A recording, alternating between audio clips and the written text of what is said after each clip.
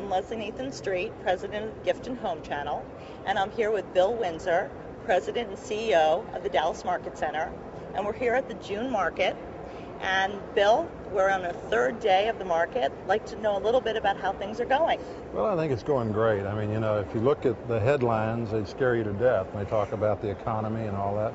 But honestly, those stores that are doing a good job of merchandising, the people that are getting new product and really refreshing it well, they're going to do well in a downturn economy. They're going to do well in an up economy. So I think things are going well, and we're pleased by the traffic we've had so far.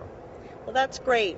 What is it that you do outside of market that helps your retailers be more successful? Well, there's several things that we do throughout the year. We have publications that focus on trying to teach them how to be better merchants. We don't really advertise in those. They're really a tool. If you take the small specialty store, they really don't have access to an array of consultants and people to help them out. So we have a series of publications. We do direct mail pieces. We're constantly giving them trends and ideas and how they can become a better retailer. And then we're teaching them about new products and what's hot and what colors are working out there. So it's all about helping educate them before they come to market.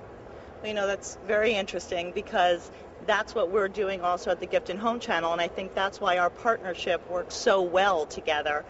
But knowing that, the one thing that I think a lot of retailers out there talk about is the fact that there's competition, and they don't really want to be communicating and networking with their fellow retailers. But I think you, like us, believe how important that is. So what kind of advice do you think that we can give the retailers so that they understand the benefit of working together and learning from each other? Well, it's interesting because we do a lot of, focus groups with retailers coming together, and we'll have a moderator, and once they get get seated in front of each other and start talking, they're much less inclined to withhold, and they start sharing ideas and things that help them.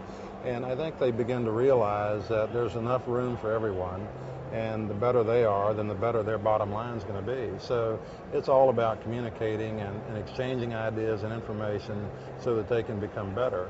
And our roundtables with the retailers have been very productive because of that. Well, that's great. And is there anything more that you'd like to share with us about this market week and the importance of coming to market and being a part of the trade show events that happen here, 4 times a year? 4 times a year. Okay. In the Gift and Home. Yeah, I think, the one thing about coming to market is it's not just about the product. It's about, as I said earlier, looking at the colors, looking at the trends of product, trying to understand what the consumer is really looking for and how you can appeal to them.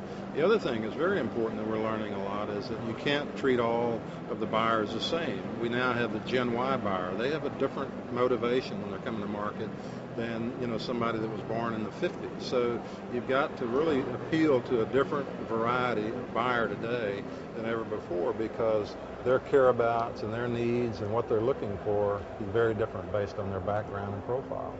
That's interesting. I actually had heard in a seminar that I went to this morning, given by Paul Thompson, that he was saying you really do need to stay true to your product categories, but actually bring in product that you may find a little bit outside your comfort zone, because to reach that new buyer that may not right now be coming into your store, you need to be aware of what it is that they might want, and that way you're going to grab that new that new consumer. Sorry. Well, it's interesting.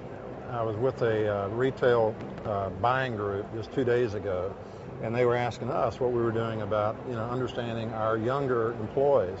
And I had read a book recently called One Foot Out the Door, and it's basically that younger generation always has kind of 1 foot out the door, and it's incumbent upon the company, whether it's a retailer or us as a market center, to figure out what's really important to that young employee and that associate, because they're going to become the future person that's running that store or running our company here. And so we pull those Gen Yers together and ask them the question, if you were running the company, what would you do? The list is very, detailed, and we sit down. It's things like bringing their iPod to work or giving them 2 days off to work for the charity of their choice. So small things but mean a lot. So I think you have to adjust whether you're running a retail store or whether you're running a company like this, because you have different strata of employees, and you better appeal to all of them. Well, that's excellent advice. So I want to thank you very much for joining me here this morning. And again, I'm Leslie Nathan Street, president of the Gift and Home Channel. And until next time, thank you.